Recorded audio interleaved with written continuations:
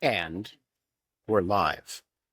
It is Friday, the 14th of November, the year of our Lord 2025. It is 11 a.m. Eastern Time, which is to say 8 a.m. Los Angeles time. And I am coming to you live from the United Lounge at Los Angeles International Airport. And it is a mark of how much I love you all that I paid $59 for a one-time pass to enter the United Lounge this morning because the Wi-Fi is better and, I can sit here comfortably with a cup of coffee and the chair is comfortable and I can actually come to you in a uh, uh, semi-normal fashion from here, which I cannot do, from the corridors outside the gate. I came to the airport early so that I could sit here in the United Lounge, do this broadcast, and then uh, uh, uh, not have to rush to get here. So I'm here for my flight a good 2 hours, 2.5 hours early. And so I bought myself a opportunity to do this broadcast right. Okay, so what is going to happen today is we are going to be joined by the estimable Anna Bauer. We are going to discuss some awesome MAGA gossip that is ongoing. But yeah, that of course relies on Anna to show up, which she will do, but she will show up a few minutes late because it's Anna Bauer. In the meantime, I have a gripe with the United Lounge, and I would like to just ventilate it here because I think it's cheap. When I showed up with my one-time pass at the United Lounge, hello, Anna Bauer. I Hello. was I was informed that I could not enter yet, even though I had spent $59 on the pass to the United Lounge. Now, why would they not let me in? Because it was 3 hours and 19 minutes before my flight was to depart. Now, if I had stayed at the hotel and done this from the hotel and done my morning editorial meeting from the hotel, then it would be 9 o'clock by the time I was done for a 10 o'clock, 10:50 flight that boards at 10:10. So I have to be there by 10:10. So then I would have had an hour and 10 minutes from the time the show ended to get to LAX. And you all know what traffic in LA is like. Uh, in the middle of a rainstorm, it's actually raining here, and getting through TSA. That's too close for me, an hour and 10 minutes to do that with LA traffic and stuff. And so I thought better to go through and get the one-time pass and spend that $59 so that you, my dear audience, could see a proper show. However, it turns out that the United Lounge has imposed a 3 hour limit, not from the time, not 3 hours that you're in the lounge, 3 hours from the time you enter to when your flight is supposed to depart, which means in practice more like a 2 hour and 20-minute limit given the amount of time between boarding and stuff. And so I just want to say that is that's cheap of you guys. It's beneath you, United Lounge. And so I want to say to you all that the sun is not shining in LA. It's a rainstorm. The birds are not chirping because they're pissed at the United Lounge for being cheapskate scoundrels. But it is going to be a great fucking day. And you are watching Dogshirt TV and you have a coherent image of me because of the $59 that I spent for less than 3 hours. It's not even, you shouldn't even divide it by three. It's really divided by 2 and 20 minutes.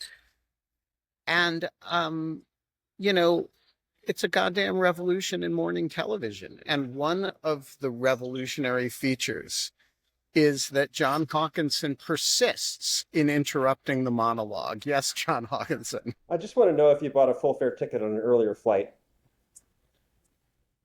I so don't that you could understand the defeat the. question. Well, if you bought a full fare ticket on a flight that left an hour earlier, then you could use that to get into the lounge 3 hours ahead of that flight, which would be 4 hours ahead of your first flight, and you could I solve the see. problem. No, I didn't. That's just not what happened, because I am also a cheapskate. Um, and a second revolutionary feature is that sometimes Anna Bauer texts me in the middle of the day asking if I have been aware of the new MAGA gossip. And the answer to that question is invariably no, because I am not that online that when there's MAGA gossip, I become aware of it. And then she regales me with gossip that makes me giggle. And I say, let's talk about it on the show tomorrow. And so here we are. We are not allowed to have fun anymore, but we are allowed to have MAGA gossip from the United Lounge at LAX. Anna, welcome back to the show.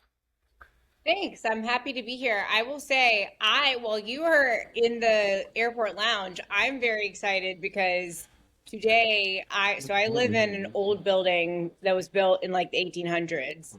And although there are definite disadvantages to living in an old building that was built in the 1800s, one of the advantages of it is that I have a tiny fireplace that is a real wood burning fireplace. And I have it And, going today. So I'm wow. very exciting about that. And you also have, even when you don't have a fireplace, that's even when you don't have a fire that's going, you have exposed brick, which is an Yeah, awesome thing. which is great. But also, the last time that we talked about this, someone mentioned in the comments that apparently exposed brick is like really bad for attracting cockroaches or something. So that has really given me a lot of anxiety. But I don't know if that's true. Um, However, I also would like to say I brought materials to this conversation, Ben, because Oh, it let me involves. make you big for that. Okay, Okay. you are now taking up more of the screen so that you can show materials. Okay, I brought to this show and tell because we're talking about Kash Patel, I thought I wanted to show everyone my books in my home that include The Plot Against the King 1, written by Kash Patel. Yeah, The Plot Against, wait, I got to get them in order. The Plot Against the King 2000 Mules, yeah. and The Plot Against the King 3, Return of the King being Donald Trump. Yeah, so let me ask you, Anna, where did you get those books? I got those in the Lawfare Secret Santa from you. That's correct. I acquired those books from when Kash Patel was nominated, and there were a couple of references to the fact that he had written a children's book, but nobody had bothered to look at the children's book and read it. And I ordered all three of them and wrote the situation column about them, just kind of like a book report. Here, kids, is what I read, and it's Kash Patel's children's books.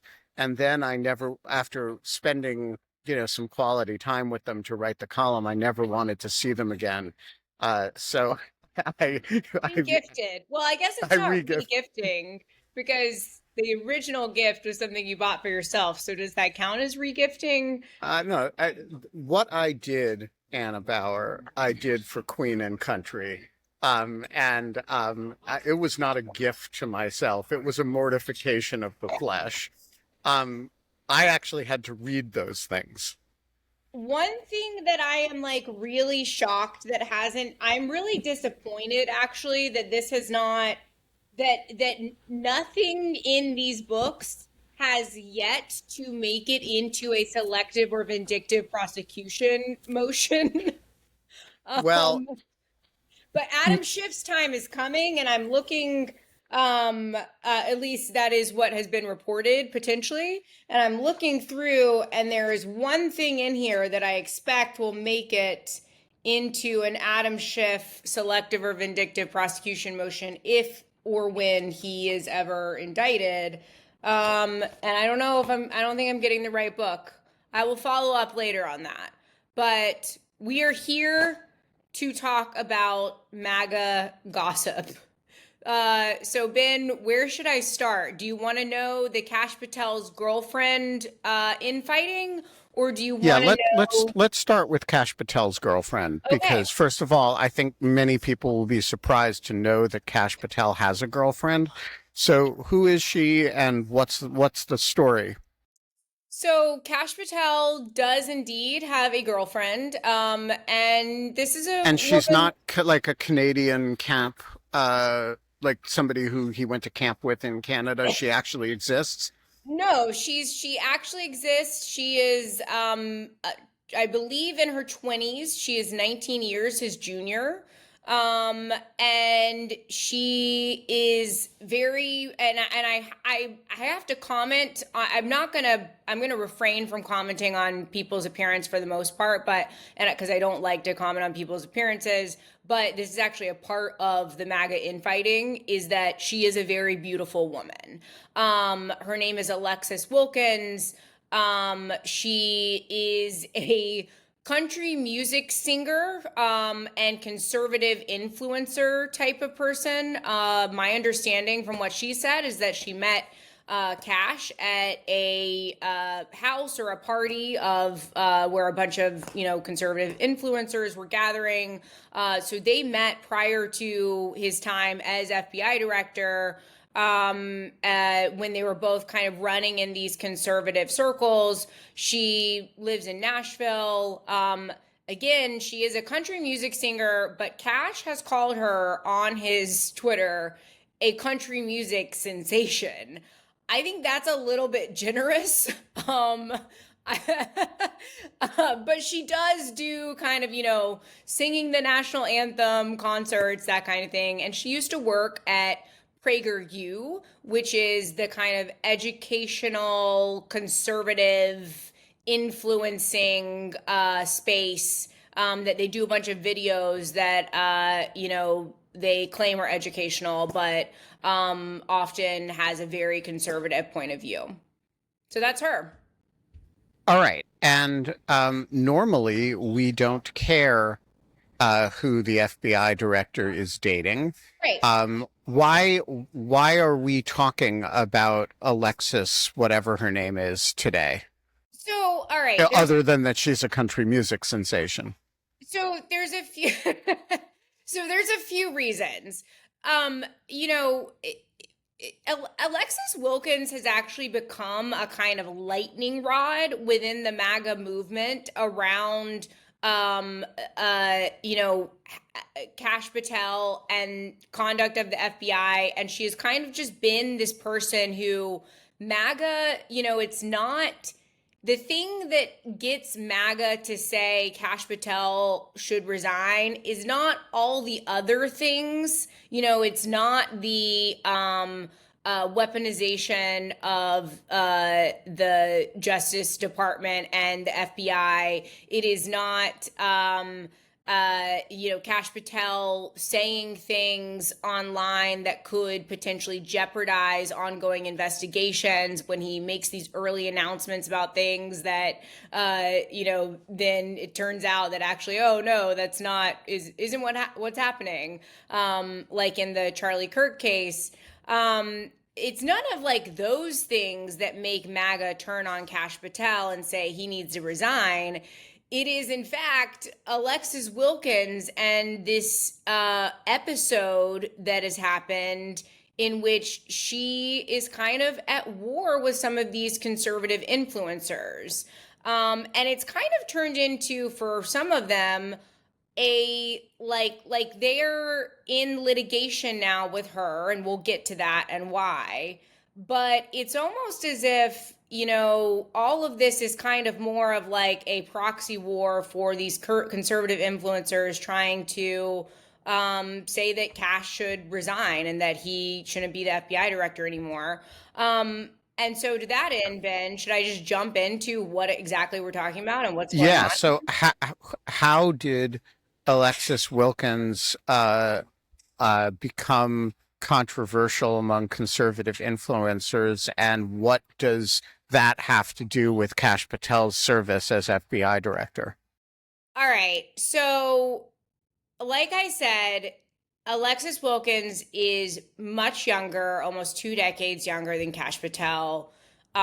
She is very beautiful. Again, I don't want to comment on people's appearances, but I raise this because there are a lot of people within the MAGA space who who pointed out or brought up their own view that there's some kind of weird disparity in their opinion between Kash Patel's looks and Alexis Wilkins' looks, and the fact that she's much younger than him, and that Wait, kind of do her eyes bulge out?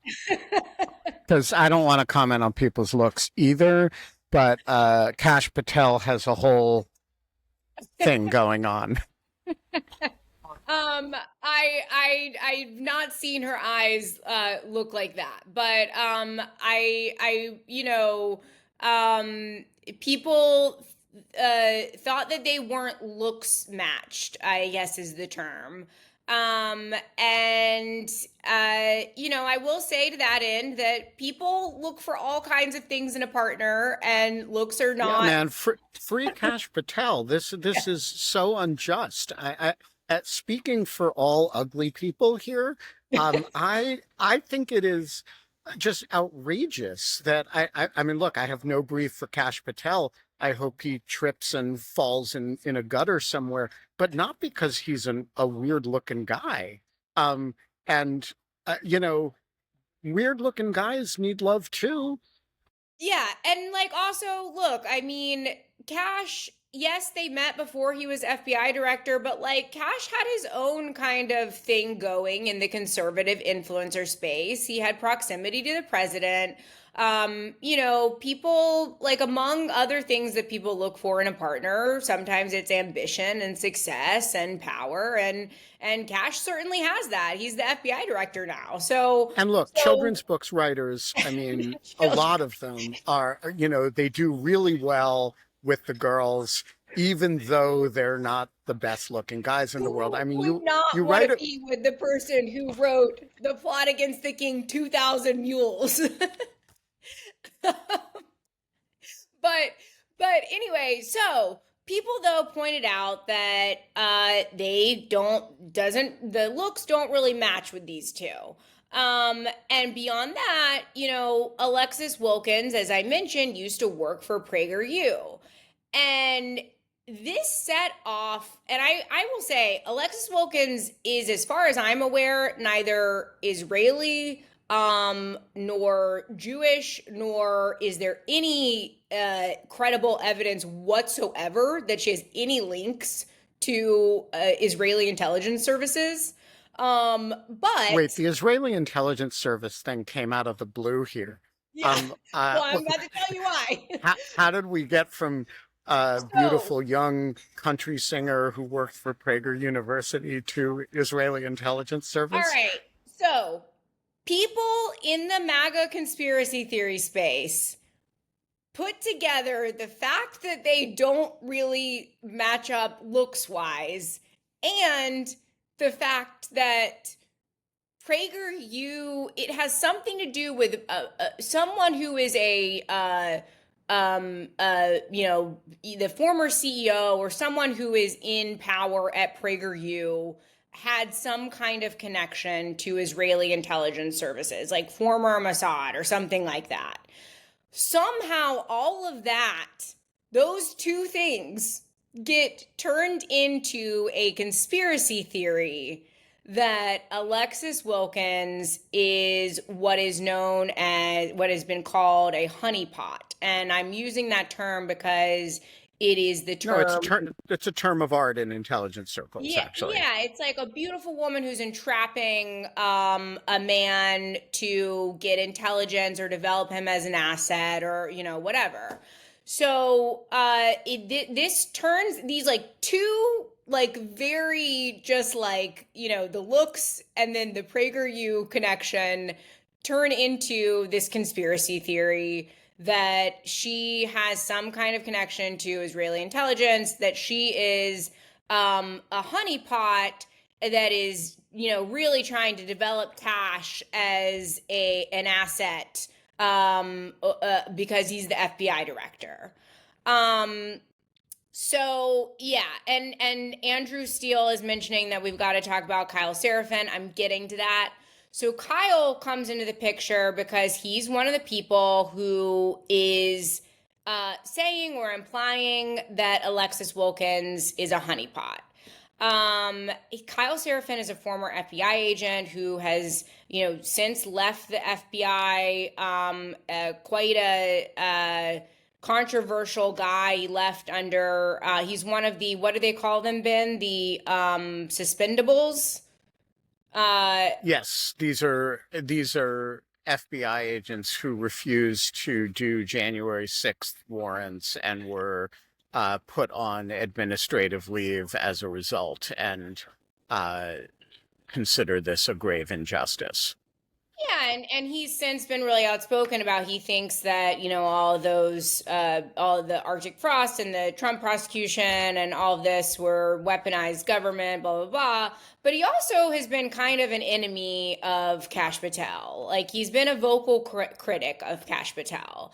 And he's one of the people who was, you know, boosting this conspiracy theory that Alexis Wilkins is a honeypot.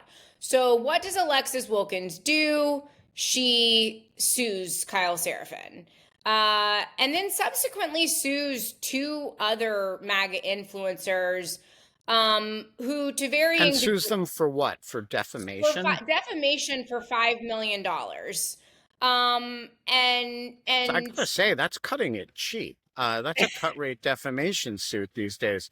I just warning you, if you ever call me a honeypot, I'm going to sue you for a lot more than $5 million. yeah, and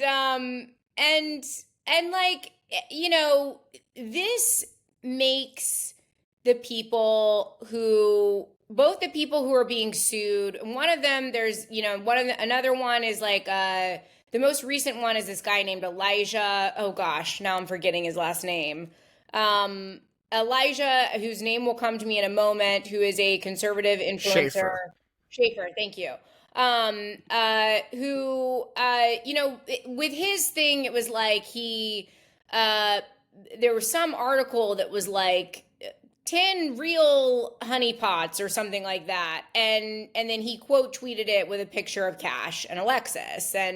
And so, you know, it recently came out in the last week or so that she has sued Elijah Schaefer over this as well. And this is kind of like taken the controversy, ticked it up like another notch. And it comes on the tail end as well, Ben, of there being a separate controversy surrounding Alexis Wilkins, in that Kash Patel, it turns out, was using the FBI jet reportedly to fly back and forth to, you know, Nashville and to events that his girlfriend had to, you know, to see her for a personal visit as opposed to for work purposes.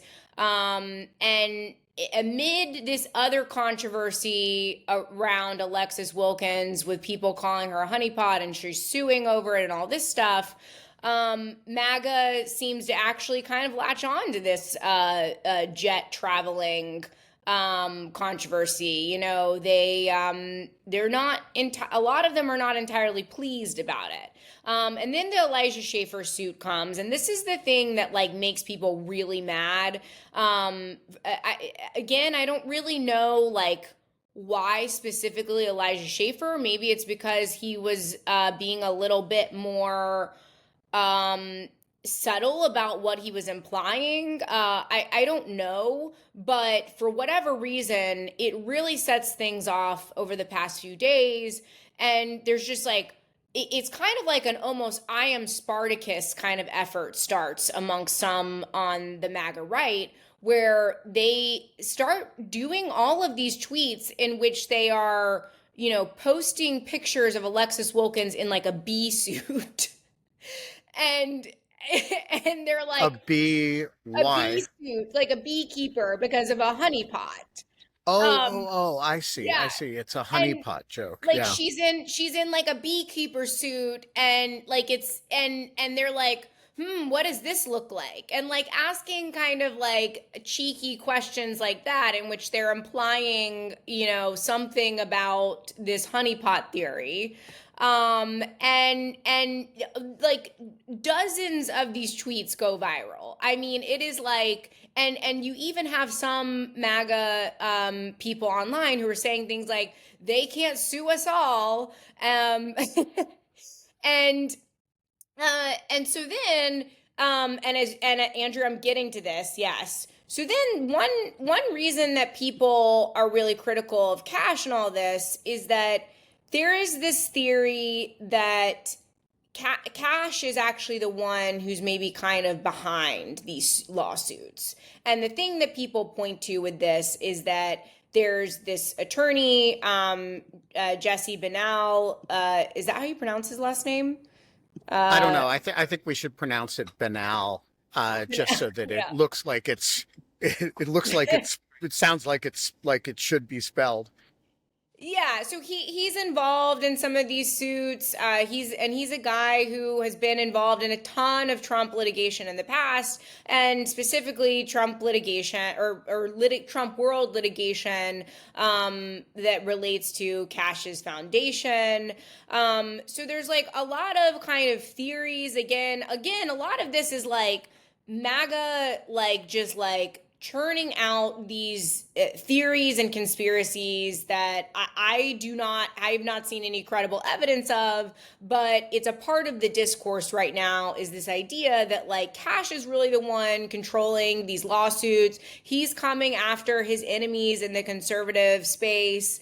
And it's all kind of also happening against a backdrop of a time when like there's this kind of huge divide in MAGA world over Israel, and like this question of like, a lot of anti-Semitism within MAGA, and like all of these different kind of debates that are happening. And this is kind of like a sounding board for, or proxy war for some of that, where it's like all of it's coming out in this like weird MAGA housewives kind of drama between Alexis Wilkins and the conservative influencers. Right. So let's cut through to that, not necessarily to the anti-Semitism slash Israel part, but the what is this really about? Because one thing this isn't about is whether people like Kash Patel's girlfriend. And so the question is, what is it really a proxy for? Why does certain parts of MAGA dislike Kash Patel? What do you think is behind it? What do you think, Ben? I'm curious for your thoughts, because I honestly I'm not sure. And these kinds of beefs in MAGA world are so common that it's like there's just so much backstory here, where it's like the whole thing with like Kyle Seraphin and Kash, they've been enemies for a while, like it and it's kind of like, I don't know how much of this relates to personal beefs and how much of it relates to like policy beefs. I can't quite separate those things out. So what's your take? So first of all, I don't know. I don't have a sense of Kyle Seraphin. I don't have a sense of who the anti-Cash MAGA people really are, or what their underlying beef is. But there are a few things about Kash Patel that do make him stand out in MAGA. The first is that he's not Christian. And, you know, there is within the MAGA world a kind of hierarchy of you're allowed to be an evangelical Protestant. You're allowed to be a conservative Catholic. There is then a kind of weird group of MAGA people who are Orthodox Jews. Um, but Cash is a Hindu, and that actually makes him, for some of, that is not a grandfathered in community for some parts of MAGA. And so that may be one factor. He's uh, not one of us in the us sense that MAGA uses uh, to refer to white Christian nationalism. And remember, we're talking about a form of MAGA that is, the MAGA influencer community is as far from the mainstream as, I mean, this is pretty outlying stuff. The second thing about Kash Patel is that he is the head of the FBI now. And once you're the head of the FBI, you don't get to be an outsider MAGA influencer anymore. You are the man. And so there is this quality of MAGA that hates insiders, hates the deep state, hates, and Cash has tried to straddle that line and maintain his outsider MAGA cred, but you actually, in the long run, can't do it, as he showed with the Epstein stuff, right? I mean, you can't call for the release of the Epstein files for 2 years, yell and scream about it, then get into office and not do it, and still be the truth teller who, you know, represents us, right? And then the third thing is, I mean, I have not followed this issue at all. Almost everything I know about it comes from listening to you right now. But let's be honest. This is a dark-skinned Hindu man dating a beautiful young white woman, and there's something that. And by the way, he's the child of immigrants, and so there's something. I'm sure there's an element of race in it, and an element of, this is not what our American family that we're fighting for looks like. And so none of this, you can't say any of this. So what do? You say, well, um, she's, you construct a story that kind of tells this without actually saying any of it, and says there's something wrong with this relationship, and that there's something malevolent to our security about this relationship, i.e., she's a honeypot. Instead of saying what you actually think, which is, you know, in our white conservative Christian country, this man shouldn't be FBI director, and he shouldn't be dating a woman who looks like this, because that threatens our security in some emotional sense. So you construct a sort of national security narrative to tell that story. I think I would be hard to persuade against a significant racial subtext to it. Oh, I think I that's don't know. What absolutely do you right. think? And I think I think some of these people online who are talking about this are pretty upfront and overt about that. I mentioned that they often are pointing out the looks mismatch, but sometimes they're also saying, oh, and well, she says that she's Christian and he's Hindu, and so like, what is she doing with him? And it's there's clearly a kind of ethnocentric aspect to it. I think that, I'll point out that like in MAGA world, a older, successful man being with a younger, beautiful woman in itself is not Totes normal. unusual. That's so normal. And the fact that the only difference here is that Kash Patel happens to be a brown man and Alexis and Wilkins is a white and woman. short and ugly and weird looking. Okay. Again, I don't want to comment on people's appearances, but I think that people are being a little bit too harsh on Kash Patel's looks. He obviously takes care of himself. He seems like he works out. And again, people look for things in partners that don't include Hey, looks. I am not criticizing him for being a weird looking guy. I'm just Yes. observing that he's For a making weird the looking guy. observation. Fair. Yeah.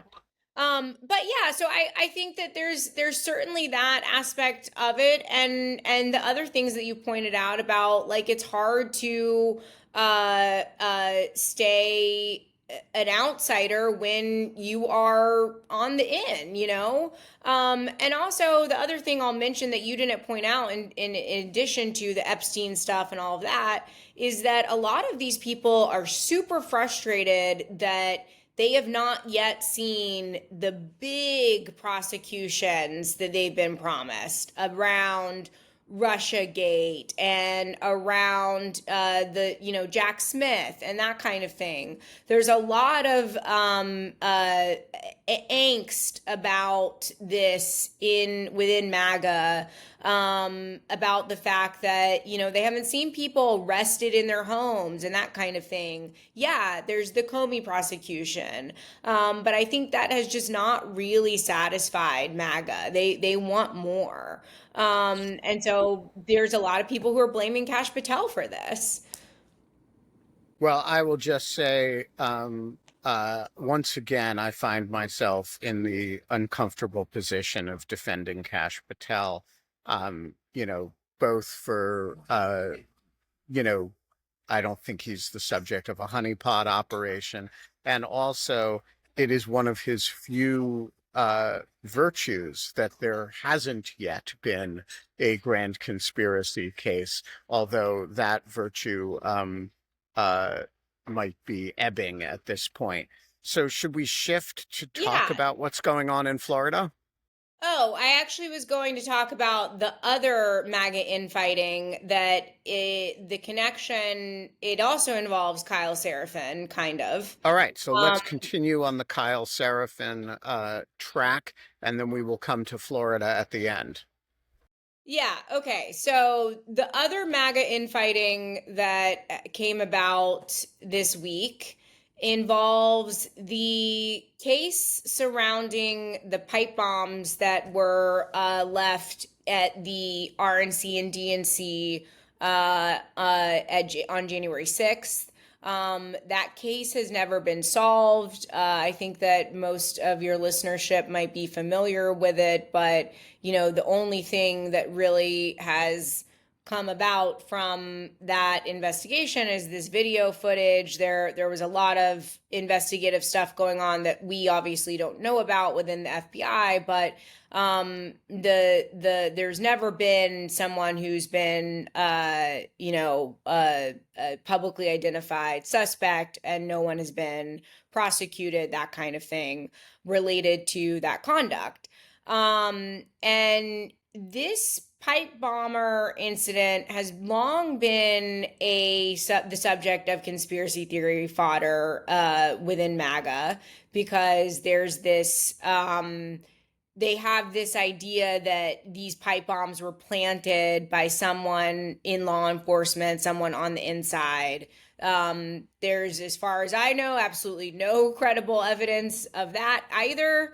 But this has been a long ongoing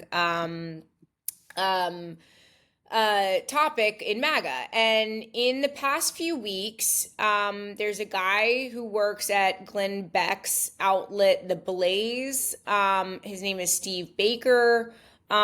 he has been kind of dropping hints that, oh, I've got this huge scoop that I'm going to reveal about the January 6th pipe bomber and the identity of the person of interest, blah, blah, blah. So he, drops these little hints here and there. Finally, he publishes an article in which he makes the claim, this really highly dubious claim that a former Capitol police officer is the suspect or the person who planted the pipe bombs. And the basis of this claim is something called gait analysis, which is where they look at the way a person walks and try to match it up to I know you can't help but laugh because it has whenever I hear gait analysis in this context, I think of Quasimodo, you know. And you truly to even what my question for this is who lawyered this piece, because they make this claim, they name this woman who I'm not going to name her here. They name this woman who is the former Capitol Hill police officer and who now apparently works in security at the CIA. So she's still in the federal government. They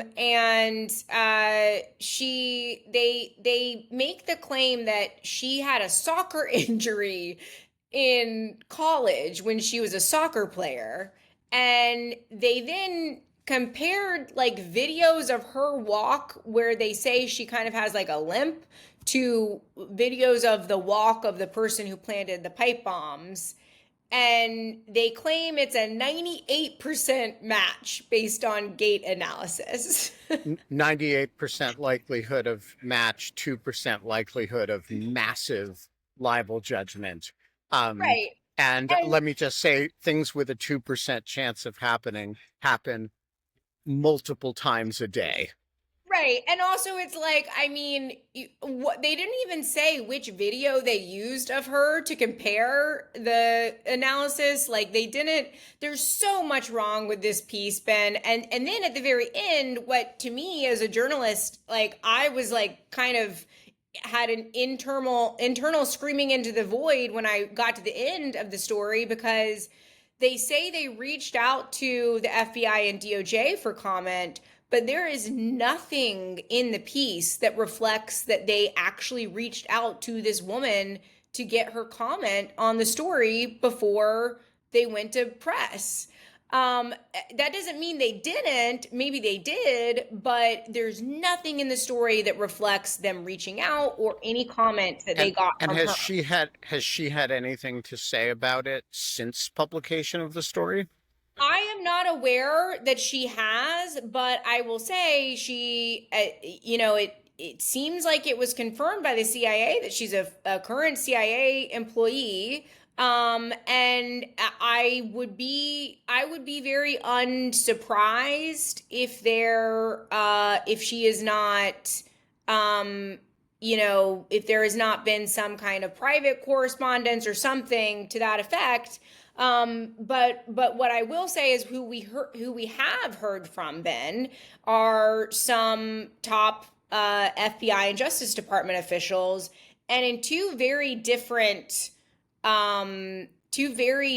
outcomes in those statements. So let me walk you through them because it's an important sequence of events.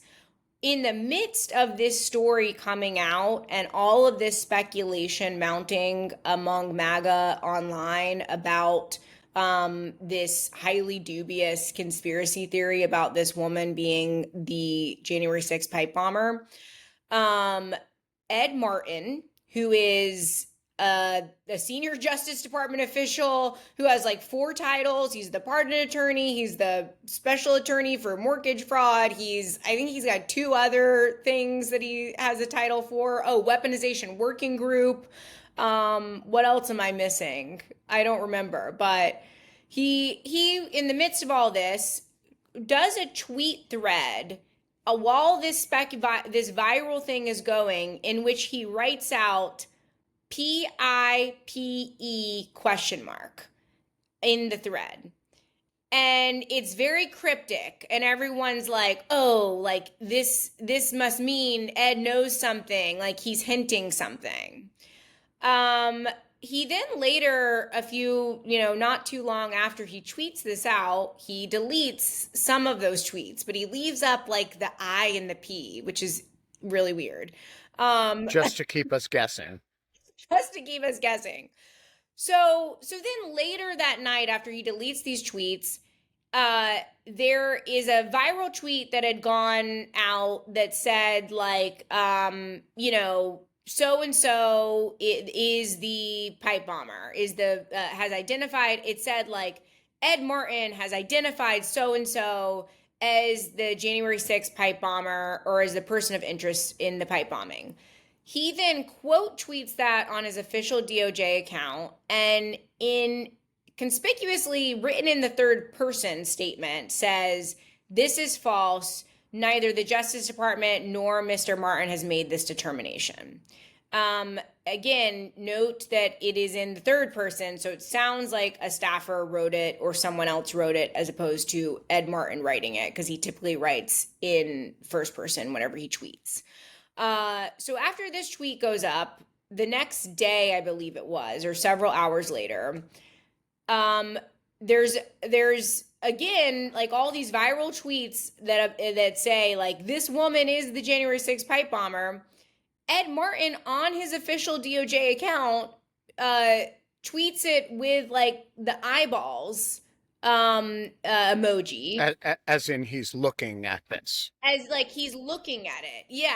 And I'm like, what is going on here? Because you just recently said that this was false. So why are you promoting, you're sharing it, you're boosting it on your official DOJ account. Like, why promote this conspiracy theory that you just said was false and that you haven't made this determination? And he subsequently then deletes that tweet too. So there's a lot of weirdness going on there. Meanwhile, Yeah, and a lot of grift for a defamation suit against him in his potentially in his official capacity, which has implications for the federal till, I think.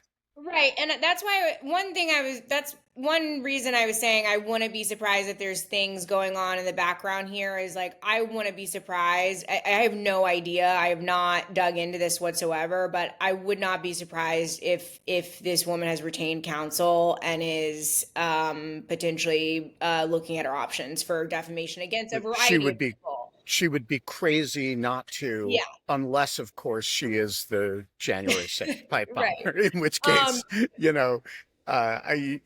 that would get into some Alger Hiss territory. Yeah.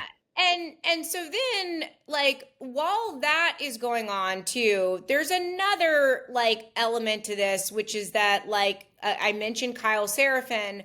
Kyle Seraphin's one of the people who is pushing this conspiracy theory.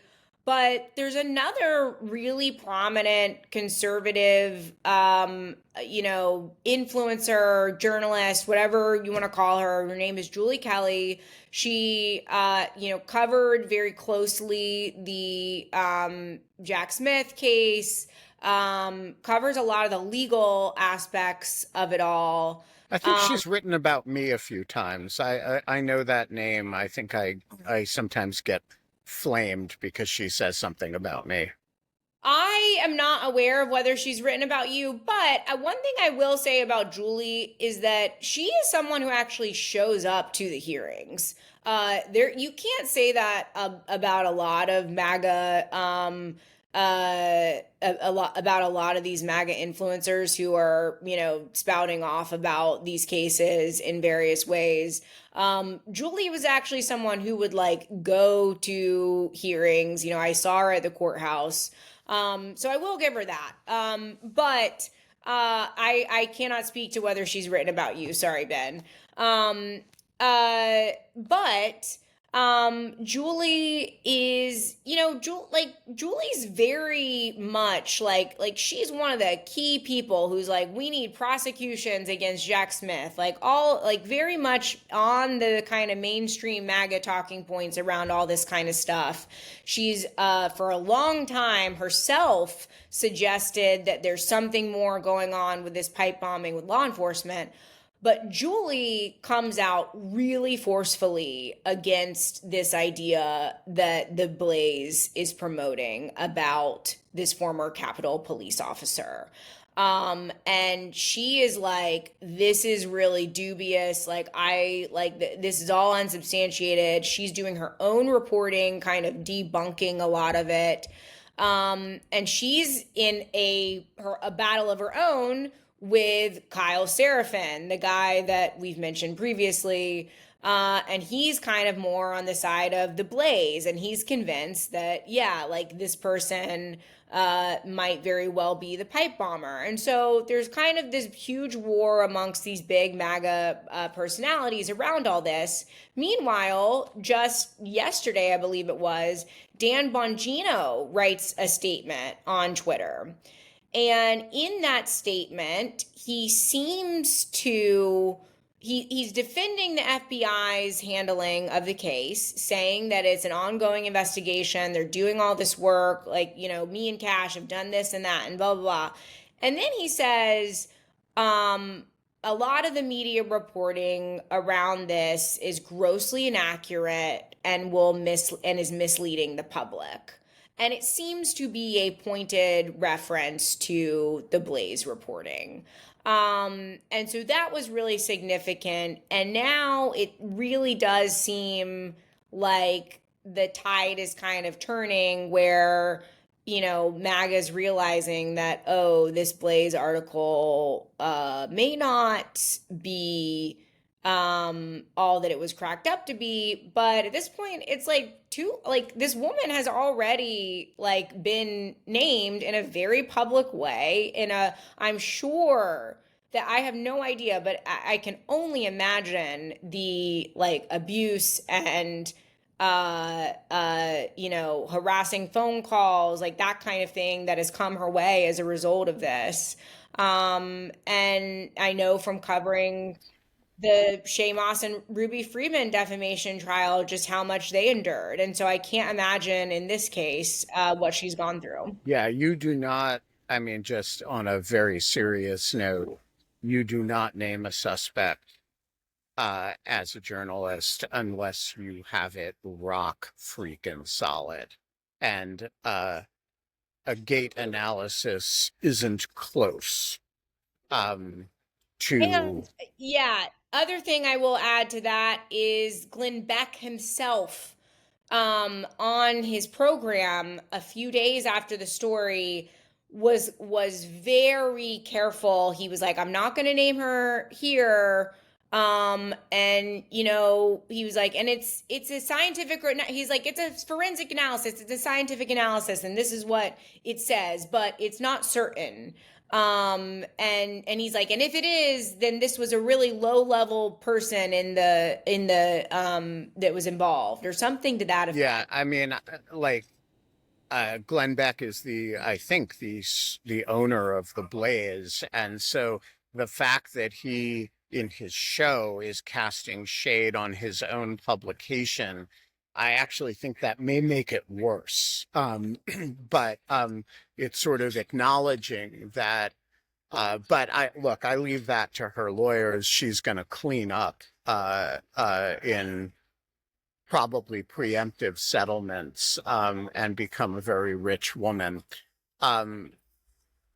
We have 7 minutes left, and I want to turn this to Florida, because what is outrageous and inappropriate gossip one day actually does have a way of becoming real law enforcement action, albeit no more than outrageous, inappropriate gossip the next day. And so, some people in the chat have been saying sort of, why are we talking about this? It's just nonsense. And that's right. It is just nonsense, although it's pretty funny. But, you know, only a few weeks ago, we would have said the same thing about the grand conspiracy that is now the subject of an active grand jury investigation in Florida. So, what do we know about what's going on there? And how likely are we to have a honeypot slash um, Blaze Gate analysis grand jury anytime soon? Yeah. Okay. And also, I will say before I start that I actually think there's a lot of value to speaking about the way that top FBI or DOJ officials are talking about these types of investigations. And then also with the Alexis Wilkins thing, talking about MAGA perception of Kash Patel. I mean, they are literally calling for him to resign. Right. Uh, So like let's pause over that for a second. Why is it more than just, and we introduce this as we're going to talk about MAGA gossip. Why is MAGA gossip interesting or important? Well, I mean, because it goes to like uh, obviously, like we know from the whole Laura Loomer thing, from multiple examples of this kind of thing where what people are saying online can translate into very real changes in personnel in the administration. Like that is why I pay attention to this stuff. Yeah, Is and just to foot stomp that point, we currently employ somebody as one of our public service fellows who is no longer a federal employee because of online gossip that Laura Loomer picked up that has exactly zero element of truth to it. And so the speed with which this stuff translates into real action that affects real people can be very fast, even if the merits of it are zero. and Trump like someone prints out this kind of stuff and like gives it to Trump. And one reason that we know that is from the most recent example of what people were saying about like people in MAGA don't like Pam Bondi. A lot of them don't. There's been a lot of pushback against Pam Bondi first because of the Epstein stuff, and then because they thought that she was slow to prosecute, people like Comey, that kind of thing. And in the lead up to the prosecutions against Tish James and Comey, there was this message that Trump sent out publicly that, according to the Wall Street Journal, was supposed to be a private message to Pam Bondi. I'm not entirely sure. I'm not entirely sure how I feel about that, but it said, something to the effect of, if I recall correctly, Ben, correct me if I'm wrong. It said something like, "I've just seen all dozens of comments that say XYZ." And it was, about her performance as AG. And he was, kind of urging her as a result of seeing those comments to move forward with these prosecutions. I remember during the Trump trial, we would see aides give Trump these like things they'd printed out for him. Some of it's news reports, but I think that like he's paying attention to this online discourse in a variety of ways. And it can lead to meaningful and real changes in the administration's policies and personnel practices. So, 2 minutes, we've got grand conspiracy stuff. There were reportedly like 30 subpoenas that went out related to this so-called grand conspiracy case that is supposedly, according to people who are speculating, maybe doing a little bit more than speculating on the right, supposedly going to take place with a grand jury in Florida that's being impaneled in January. Subpoenas apparently went out to people who are, people like Pete Strzok and Lisa Page. It is digging up all this so-called Russiagate stuff, the Crossfire Hurricane investigation. There seems to be a potential effort to construct a grand conspiracy through a conspiracy against rights charge that essentially alleges that the Russiagate investigation was a way to try to interfere with Trump's presidency and his free speech rights, something to that effect, his ability to run for office, and then potentially linking it all the way up to the search at Mar-a-Lago, where for a long time there's been a MAGA conspiracy theory that that search was all about covering up the Russiagate, conspiracy to get Trump, because they wanted to get the Crossfire Hurricane documents back. To that end, I will note Trump, as far as we know, was not charged in his criminal case with wrongfully retaining national defense information, those related to the Russiagate investigation. Those documents seem to be related to a bunch of other stuff that were classified documents that Trump had. And Matt Tate wrote a great lawfare piece for us about that, if you want to check that out. So yeah, that's the news, Ben. Sorry, I took up too much time. No, we are in good shape. It is time to wrap, however. Anna Bauer. I will wrap it up by saying the point is that these conspiracy theories can turn into not legitimate, but illegitimate federal investigations. So that's why we watch them. Yes, they are important to watch, though they can be tedious racial morality tales about brown men dating young white women, and other sillinesses. Folks, we're going to be back on Monday. I'm going to be home. I am going to be in an inflatable frog costume on Monday, I promise, because I am going to the Million Frog March tomorrow, and I bought an inflatable frog costume for the occasion. You can join the Plague of Frogs, who will be crawling out of the Potomac, and at the Lincoln Memorial tomorrow. We will see you on Monday, and you should dress like a frog.